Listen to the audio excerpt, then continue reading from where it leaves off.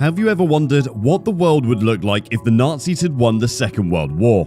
Some of you might probably think you won't have access to things you have now depending on your country and race. Well, there are lots of speculations that suggest that what would have followed would be another instance of a third or fourth world war until Germany had conquered the entire globe. In today's video, we'd be detailing possible events that would have unfolded and how the world would have looked if the Third Reich had won the Second World War. But before we go into details, kindly support this channel by giving this video a like, hitting the subscribe button and smashing the notification bell to receive notifications of when we post more enthralling historical videos like this one. Do leave us a comment as well, as we'd love to read your opinion. Now, let's dive in. Following the victory of the Nazis in Europe, the immediate annexation of countries deemed Nordic according to Nazi ideology would have followed, and countries like Denmark, Norway, Sweden and Finland would not be left out. The brutal government of Poland would have extended into the former Soviet Union region by as far as 80 to 90 degrees east. That'll be more than half of the entire Russian Empire. The entire region would have most likely been converted into a vast channel for expendable slave labor, while the rest of the Russian territories would have probably gone to Japan, even if temporarily, since Japan was Hitler's second strongest ally during the Second World War. Benito Mussolini of Italy would also not be left out of the spoils of a hard-won victory. Being Hitler's strongest ally, he'd have been allowed to acquire lands that would almost equate to the Roman Empire in size all across Europe. Hitler would, however, have retained control of France and Great Britain, along with the small territory of Ireland, and would possibly have converted Spain and Portugal into satellite states that would be subject to heavy political, economic and military influence from the Nazis. In Africa, Hitler would have foremostly restored the colonies that Germany previously lost during the First World War and seized the rest of the continent from defeated European powers. There would also be a possibility of a strong alliance between the Nazis and the Afrikaners of South Africa.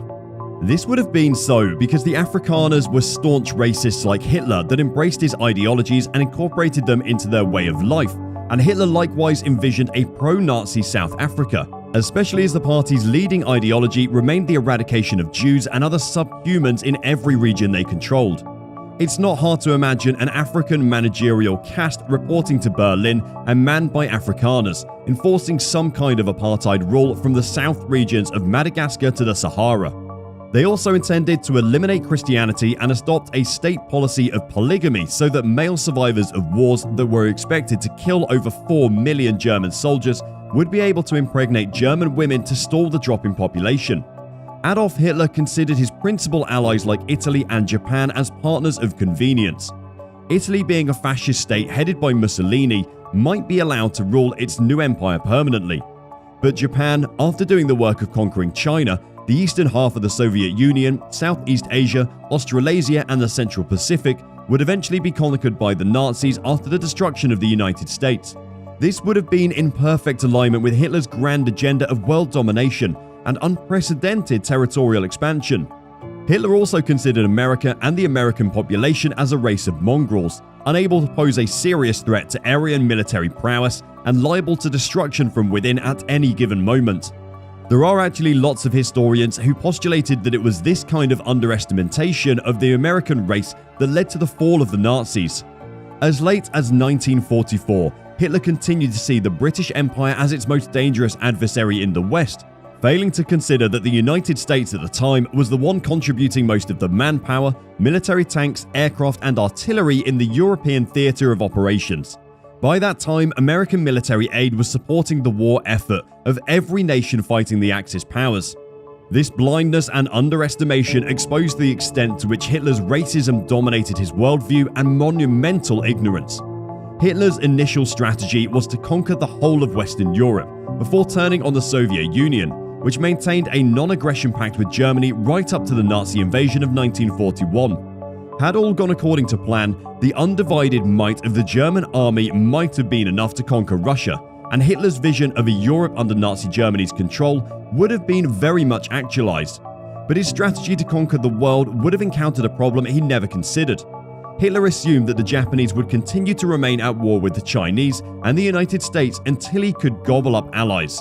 Yet Japan clearly understood the nature of its partnership with Germany was temporary, especially considering the whole foundational ideology that Nazism rested upon. There are lots of historical evidences that portray situations of reversed alliances and failed alliances in the development of new circumstances and clauses. An example is the Austro-Prussian Bruderkrieg of 1866, which gave way to the dual alliance that existed between Germany and Austria-Hungary in 1879.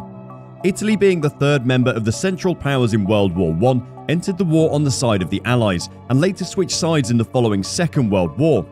10 years after the Second World War, the United States and Germany would later become partners in the North Atlantic Treaty Organization. Thus, long before Germany could have realized its aim of conquest, there is a higher probability that the rest of the world would have set aside their differences in the face of Germany's massive threat of global domination. The result would have been that the United States would have gained a foothold in Southern and Eastern Asia at the very least. Germany would then create a fleet of transatlantic bombers like the National America Bomber. The United States would have also responded in like manner, possibly with the non-notional Convair B-36 Peacemaker, the first intercontinental bomber designed to strike Berlin from bases in Canada. By 1948, the United States posed an arsenal of more than 50 atomic bombs. It is highly doubtful to assume that Germany would have achieved any atomic weapons at the time, because their nuclear program was behind. The possibility would have been that America would have then extinguished Hitler's master race beneath dozens of nuclear-radiated sites. Had Nazi Germany won the war, the racial genocide of the Jews would have continued at an even unprecedented scale.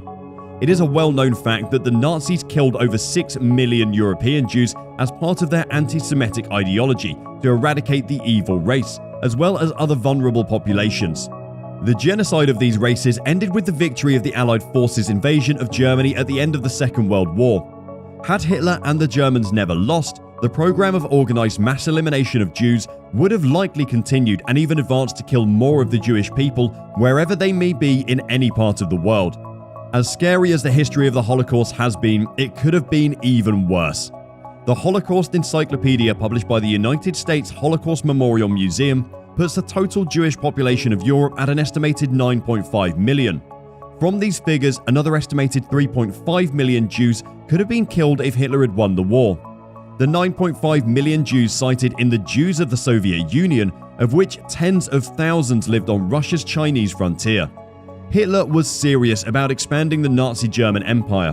By 1942, Hitler ruled most of the European territories and a large portion of the Soviet Union, as well as USSR, to the Caspian Seas, and he also nursed the intention of expanding to the east, which he deemed as the natural field for German expansion. A lot of historians believe that Adolf Hitler didn't plan to conquer the world as is widely believed. The Nazis had planned Operation Sea Lion to occupy the British Isles, but Hitler wasn't sure whether England belonged to the German conclave. So the operation was never launched. But if it had ever been launched, it would have been a bloodbath, and its corollary Operation Green, which was the plan to invade Ireland, would have gone much more smoothly because the Irish army was seriously outmanned, outgunned and outnumbered by the German army, and many soldiers of the Irish division relied on bicycles for mobile deployment. But this wasn't the case in England, and the German non-invasion of England was because it wasn't clear if England was Third Reich material. But what about the USA? Well, Hitler also had no plans of invading the United States. Apart from the fact that he constantly underestimated the United States, the logistics of launching an attack would be daunting and tedious. With the Wehrmacht stretched thin across Europe and Africa, occupying another continent would have been impossible. Germany lost its colonies, including all outside the borders of Europe, in the Treaty of Versailles after the end of World War I. These regions included islands in the Pacific, regions like Cameroon and Togo in the western part of Africa, Tanzania and Burundi in eastern Africa, and Namibia in the southwestern part of the continent. Hitler was determined to restore control of these territories and seize the colonies of his European rivals, mostly French and British colonies, and Spanish enclaves. If he had won the war, these colonies would likely be German-speaking territories today.